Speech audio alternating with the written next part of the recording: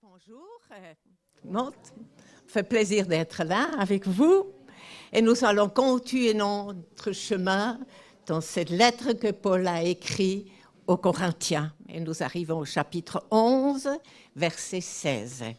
Et aujourd'hui, je vais vous lire le texte. Je le répète, qu'on ne me prenne pas pour un insensé, ou alors acceptez-moi comme tel, que je puisse à mon tour un peu me vanter. En parlant comme je le fais, je vais le faire. Je ne m'exprime pas comme le Seigneur veut qu'on parle. Je le ferai comme dans un accès de folie avec l'assurance d'avoir de quoi me monter. Puisque plusieurs se vantent pour des raisons toutes humaines, eh bien, moi aussi, je vais me vanter. Vous qui êtes si raisonnable, vous supportez volontiers les insensés. Vous supportez qu'on vous traite en esclave, qu'on vous exploite, qu'on vous dépouille, qu'on vous traite avec arrogance, qu'on vous gifle. Je l'avoue avec honte, nous nous sommes montrés bien faibles. Pourtant, ce que l'on ose dire, je parle en insensé, je l'oserai également. Ils sont hébreux, moi aussi. Israélites, moi aussi. De la postérité d'Abraham, moi aussi. Ils sont serviteurs du Christ. C'est une folie ce que je vais dire. Je le suis plus qu'eux. Car j'ai travaillé davantage, j'ai été plus souvent en prison, j'ai essuyé infiniment plus de coups. Plus souvent, j'ai vu la mort de près. 5 fois, j'ai reçu des Juifs les 40 coups, moi un. 3 fois, j'ai été fouettée, 1 fois lapidée. J'ai vécu 3 naufrages. J'ai passé 1 jour et 1 nuit dans la mer. Souvent en voyage, j'ai été en danger au passage des fleuves, en danger dans des régions infestées de brigands, en danger à cause des Juifs, mes compatriotes, en danger à cause des païens, en danger dans les villes, en danger dans les contrées désertes, en danger sur la mer, en danger à cause des faux frères. J'ai connu bien des travaux et des peines, de nombreuses nuits blanches, la faim et la soif, de nombreux jeûnes, le froid et le manque d'habits. Et sans parler du reste, je porte mon fardeau quotidien, le souci de toutes les églises. En effet, qui est faible sans que je sois faible? Qui tombe que cela me brûle? Oui, s'il faut se vanter, c'est de ma faiblesse que je me vanterai. Le Dieu et le Père du Seigneur Jésus, qui est loué éternellement, sait que je ne mens pas. À Damas, le gouverneur du roi Arétas faisait surveiller toutes les issues de la ville pour m'arrêter. Par une fenêtre du mur d'enceinte, on me fit descendre dans une corbeille le long du rempart, et ainsi seulement j'ai pu lui échapper. C'est la fin du chapitre 11. Quel récit! C'est ce que Paul a vécu. Et ce n'est pas la première fois qu'il fait mention dans cette lettre, parce que déjà au chapitre 1, il mentionne « Nous étions écrasés à bout de force, en point que nous désespérions de conserver la vie. » Quel prix il a payé pour suivre le Christ. Il a été saisi par lui. Et ça me touche beaucoup. Et en pensant à ce que Paul a vécu, j'ai quand même dû me dire, encore aujourd'hui dans le monde, il y a des milliers qui passent par des choses pareilles, par la prison, par la persécution, par la torture. Quand on pense à nos frères et sœurs en Corée du Nord, on a eu des nouvelles du Laos, ce qui se passe là-bas. Je lis actuellement un livre sur le Soudan. C'est épouvantable. Vous vous rendez compte, nous, on vient en culte, on s'installe confortablement sur nos chaises, dans la paix, et on réfléchit même, est-ce que je vais au culte ou pas? Et eux, dans les monts de Nouba, au Soudan du Nord, ils vont au culte, mais ils ne savent pas, est-ce que ce dimanche, le gouvernement charge de nouveau les avions pour lâcher des bombes sur nos églises? Alors, on lit c'est ce que Paul a vécu. Nous savons qu'il y a des frères et sœurs dans le monde entier qui vivent cela, que je vous propose qu'on prenne un moment et qu'on prie pour eux. Sachant que nous, on est tellement privilégiés de pouvoir vivre un culte en paix, en sécurité. Vous êtes d'accord? Alors que l'un ou l'autre prie, mais je vous demande juste de prier à haute voix que je l'entends, autrement je vous coupe tout à coup votre prière. Alors, plaçons nos frères et sœurs persécutés dans la peur et dans la tourmente devant le Seigneur. Oui, Seigneur, nous sommes privilégiés ici dans ce temps de culte, de liberté. Merci pour toutes tes bontés envers nous. Mais nous voulons, Seigneur, aussi te prier pour tous ceux qui sont persécutés ou ne peuvent pas se manifester pour toi. Seigneur, nous te demandons de les bénir aussi abondamment. Amen. Amen. Seigneur, on te prie que tu les fortifies dans leur foi.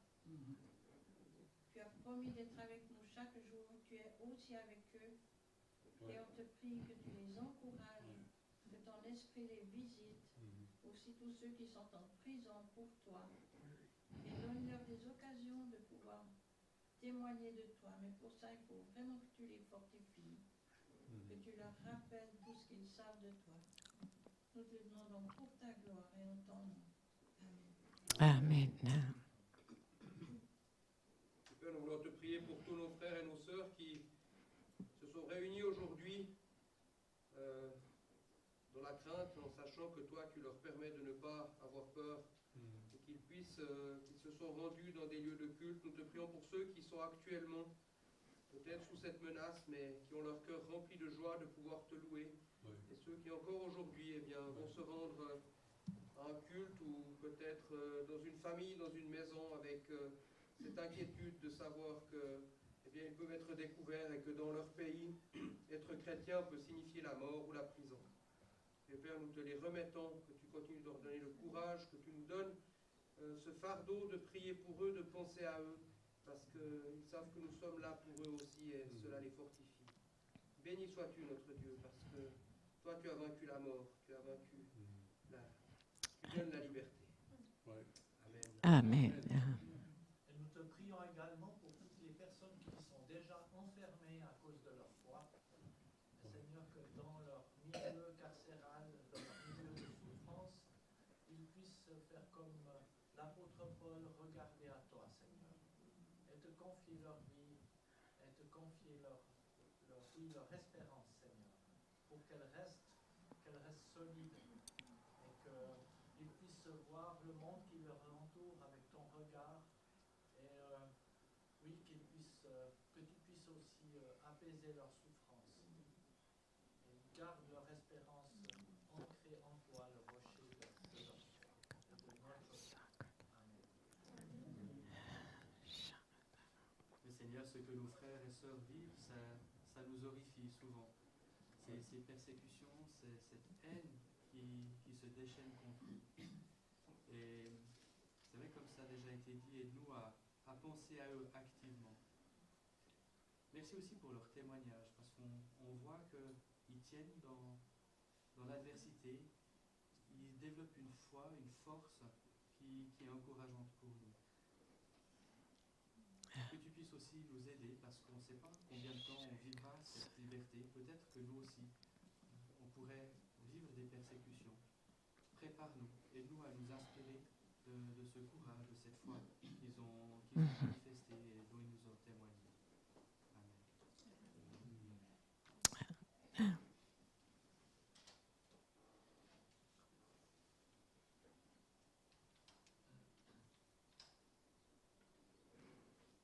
Seigneur, nous voulons aussi te dire merci pour toutes les œuvres qui travaillent pour les soulager comme porte ouverte, comme rempart, et d'autres que toi tu connais, que tu renouvelles leurs collaborateurs aussi, qui entendent et qui voient beaucoup de choses tristes et lourdes et difficiles à digérer. Que tu les renouvelles, que tu les bénisses richement. Amen. Amen. Alors, je continue, on arrive au chapitre 12. Faut-il se vanter? Cela n'est pas convenable. Je viendrai cependant à des visions et à des révélations du Seigneur.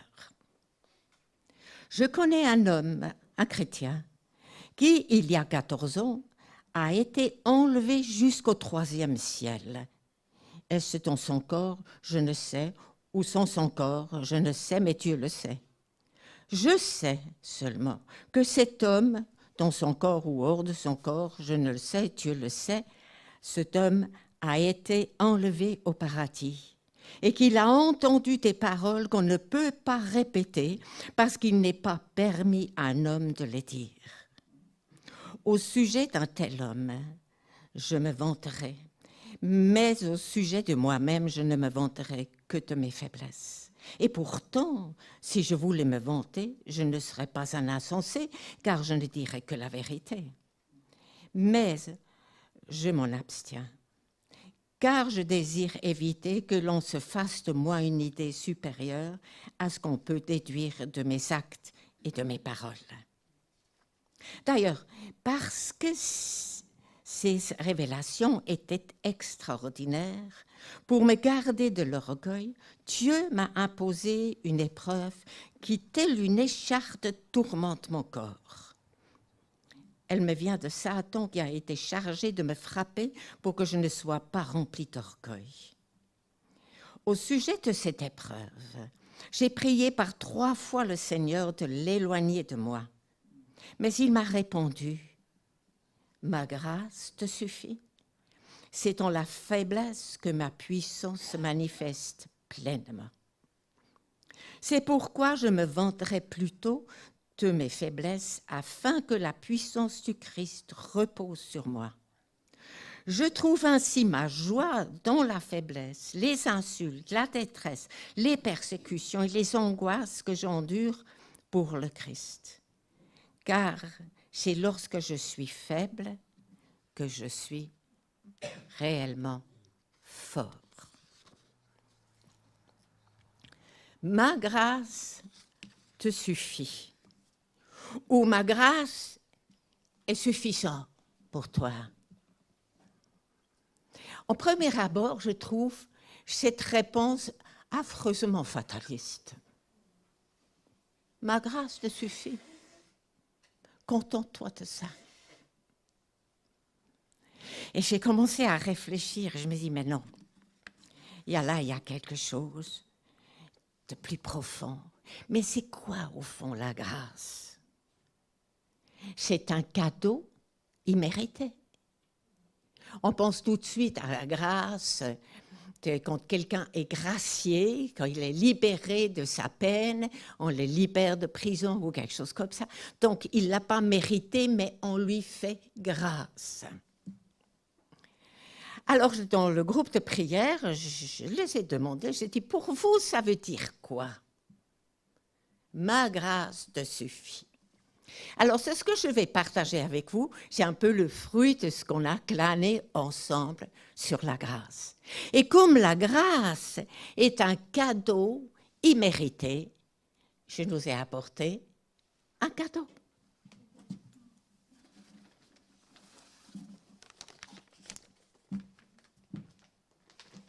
La grâce, un cadeau immérité.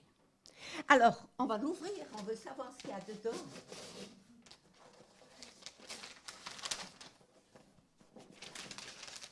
Alors, qu'est-ce qu'il y a dedans? Plein de paquets. Vous voyez ça? Et le premier cadeau, c'est l'amour. Un cadeau immérité. Dieu nous aime. Je vais le mettre là. Et j'ai dit, mais quand on a partagé ensemble, il me faut un texte dans la parole de Dieu, parce qu'autrement, on peut broder un tas de choses. Et je vous ai sorti le texte. Le Christ, lui, est mort pour nous alors que nous vivions encore en conflit avec lui. N'est-ce pas la meilleure preuve que Dieu nous aime? Dieu nous aime. Voyez de quel amour le Père nous a fait tant que nous soyons appelés enfants de Dieu, et nous le sommes. Mérité? Non. Cadeau immérité de la part de Dieu. Deuxième cadeau.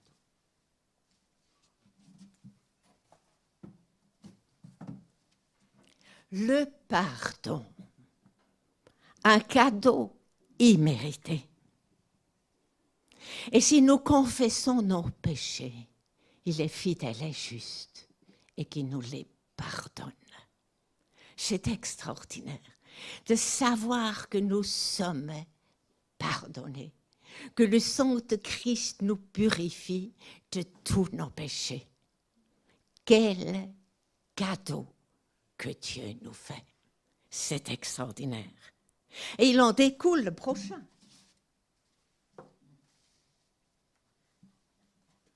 La paix. La paix avec Dieu. Ça, c'est quelque chose d'extraordinaire. Et Jésus dit, je vous laisse la paix. C'est ma paix que je vous donne. Sa paix, lui, le prince de la paix. Il nous donne sa paix. Ce cadeau n'a rien de commun avec ce que le monde peut donner, avec sa paix à lui. Vous ne pouvez pas le comparer. Moi, je vous donne un cadeau, c'est ma paix.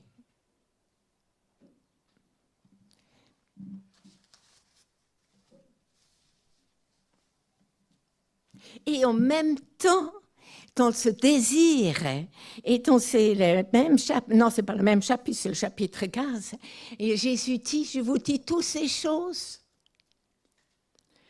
afin que vous soyez remplis de la joie.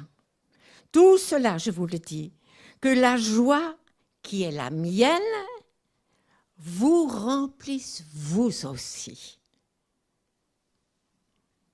C'est quand même extraordinaire. Et il veut que cette joie soit parfaite. Ce n'est pas une petite mesure, ce n'est pas un petit cadeau. C'est là une joie parfaite. C'est sa joie qu'il veut partager. Et la joie que donne l'Éternel, c'est ça notre force. Quel cadeau extraordinaire.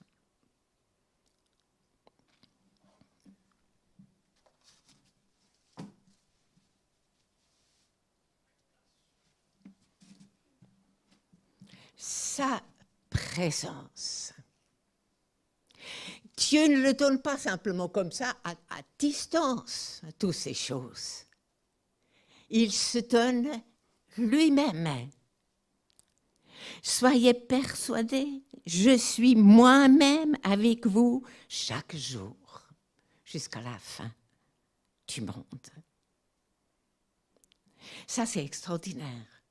Il est avec nous, c'est à gauche, à droite. Le psaume 139, il dit, tu es devant moi et derrière moi, tu mets ta main sur moi. Je trouve que c'est formidable. C'est être comme ça en sécurité entre les mains de Dieu. C'est super. Mais il y a encore comme un pas de plus qu'il veut nous offrir. Et ça, c'est Jésus qui le dit en Jean 14. Soyez persuadés, je suis... Non, c'est... si quelqu'un m'aime, il met en pratique ce que j'ai dit, ainsi mon Père aussi l'aimera. Nous viendrons tous deux vers lui et nous nous établirons à demeure chez lui. C'est quand même extraordinaire. Je trouve ça, moi, ça me dépasse complètement. Il n'est pas seulement là près de moi, il est en moi, ce Dieu tout-puissant, ce créateur des cieux et de la terre. On a chanté quand on voit les galaxies, hein? Ça nous bouleverse. Et ce Dieu qui a créé tout ça a décidé d'habiter en nous. C'est quand même extraordinaire. Quelle présence, quel cadeau, parce qu'on ne l'a pas mérité.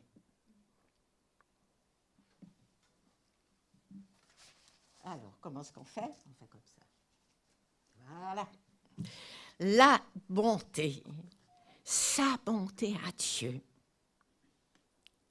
Et ça, je pense que Jérémie le dit, on a le texte dans la lamentation de Jérémie, et puis il avait à lamenter, Jérémie.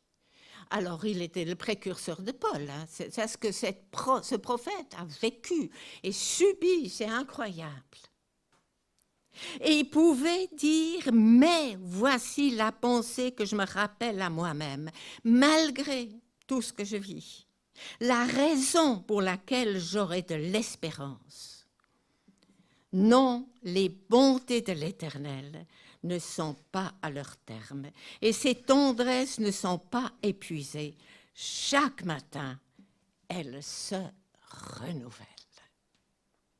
Quel cadeau! Quelle grâce! C'est parfois un peu difficile de tout, hein, de tout prendre à ça. La bonté de Dieu. Voilà, on ne peut pas oublier de compter les bienfaits de Dieu. Il y a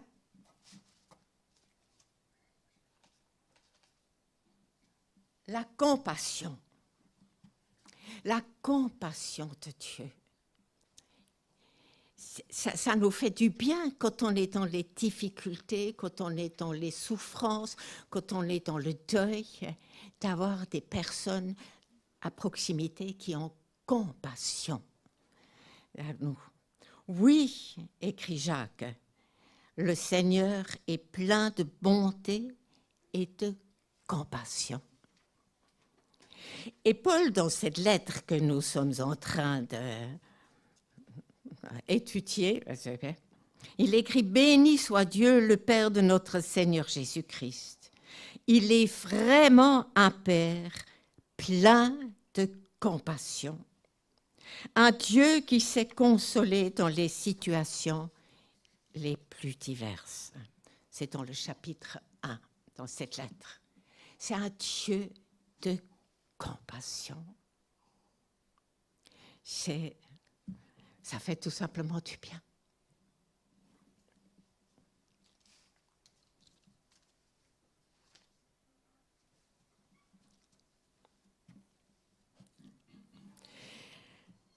C'est un Dieu, dans sa grâce, il nous aide.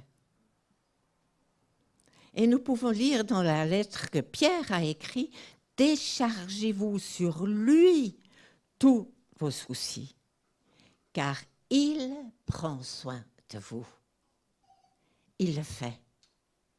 Il le veut. On peut lui donner ça. Et dans sa grâce, il n'est pas obligé. Personne ne lui a dit qu'il doit, mais il le fait. Dans sa grâce, il veut nous aider et nous porter.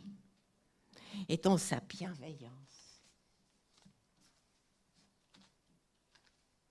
Voilà. La bienveillance. Là, on a marqué la bienveillance. Je dis à Rachel, mais la bienveillance, est-ce qu'il y a un texte dans la Bible? On avait le cantique, ta bienveillance, ô l'Éternel, vaut mieux que plus que quelque chose. Voilà.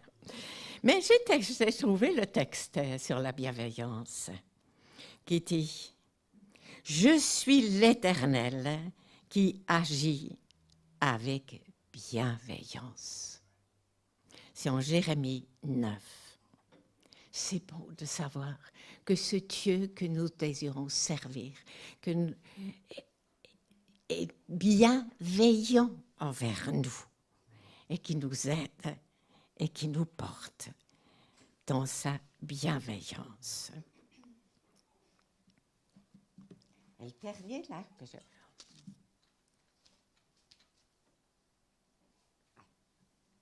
Chez l'espérance.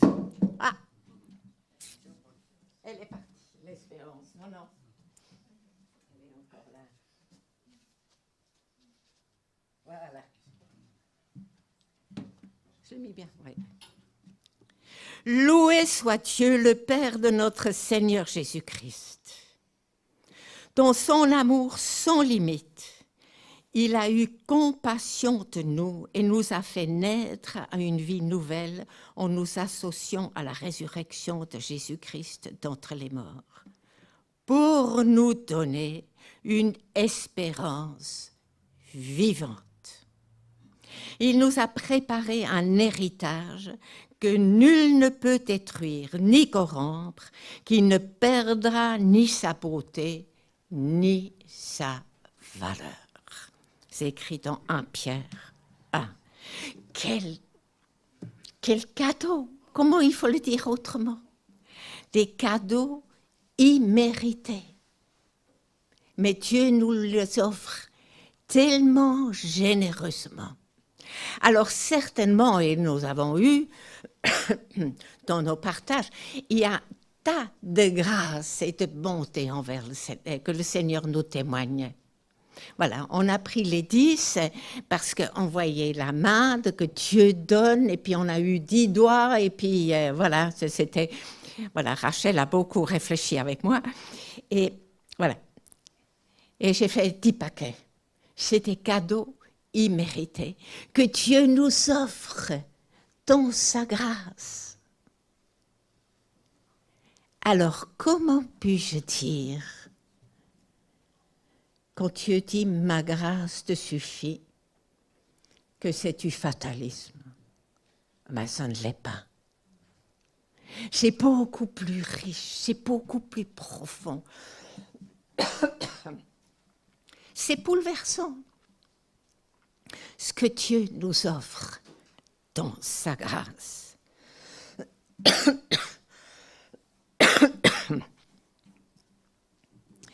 Alors j'étais là, je me suis dit, mais ça c'est beau de recevoir toutes ces choses. Mais quel est le moyen ou par quel canal Dieu nous les offre? C'est vrai, par exemple, la paix, c'est pour moi toujours quelque chose tellement extraordinaire. La paix, de vivre cette paix, par exemple, quand on est... Oh, moi j'étais en souci une fois pour notre Luc, là, qui fait des folies là dans le ciel. Et puis, voilà, il fallait trouver de nouveau l'argent. Autrement, ça fait faillite et tout. Et puis, le cœur d'une maman, ça fait le nœud dans l'estomac. Et puis là, j'ai prié, j'ai dit, Seigneur, mais... Et en exposant, en parlant de ça au Seigneur, que tout à coup, petit à petit, cette paix s'installe. C'est une réalité extraordinaire. C'est quelque chose de formidable. C'est vrai que Dieu nous accorde toutes ces grâces, parfois directement à nous. Mais très souvent, il nous accorde cette grâce à travers nos frères et sœurs. Alors, j'ai 2 questions. La première question, c'était pour moi, est-ce que sa grâce me suffit? Ou est-ce qu'il me faut toujours encore un tout petit peu quelque chose à gauche et à droite? Ou est-ce que je peux prendre ça comme un cadeau et le remercier et dire mais merci pour ta grâce, pour tes bontés, pour ta bienveillance, pour ta compassion, pour. Et être rempli comme Jérémie l'était, je fais passer dans ma tête les pensées, je les dirige, je les mets à l'obéissance de Christ. Je repasse dans ma tête, les bontés de l'Éternel ne sont pas à leur terme. Est-ce que je me contente de cela? Ça, c'était la première question qui s'est posée. Et puis la deuxième question, c'était, est-ce que je suis ou comment est-ce que je peux être un canal à travers lequel la grâce de Dieu peut couler chez l'autre? Et c'est pour ça, finalement, que Dieu nous a formés dans une famille, la famille de Dieu. C'est que nous sommes là pour nous aider les uns les autres. Aidez-vous les uns les autres à porter vos fardeaux. De cette manière, vous accomplirez la loi de Christ, écrit Paul aux Galates. Et dans les Corinthiens, que nous venons parcourir pendant tous ces dimanches, il dit, dans le premier chapitre, « Béni soit Dieu le Père de notre Seigneur Jésus-Christ, le Père qui est plein de bonté, le Dieu qui réconforte dans toutes les situations, qui nous réconforte dans toute notre détresse, afin qu'à notre tour, nous soyons capables de réconforter ceux qui passent par toutes sortes de détresse, en leur apportant le réconfort que Dieu nous a apporté. » Et c'est important d'être conscient que de pas seulement de recevoir cette grâce de Dieu et en être reconnaissant, mais en même temps aussi de dire « Seigneur, permets que je sois un canal par lequel ta grâce puisse couler vers mes frères et vers mes sœurs. » Galates encore, Paul, il écrit « Faisons le bien sans nous laisser gagner par le découragement. Car si nous ne relâchons pas nos efforts, nous récolterons en bon moment. » Alors, en lisant ce texte des Corinthiens, « Ma grâce est suffisante pour toi. » Et que sa force se révèle, se manifeste dans ma faiblesse. J'ose être canal. Dans ma faiblesse. Je suis gauche parfois, c'est affreux ce que je peux être gauche. Mais Seigneur, permets que ta grâce coule à travers moi.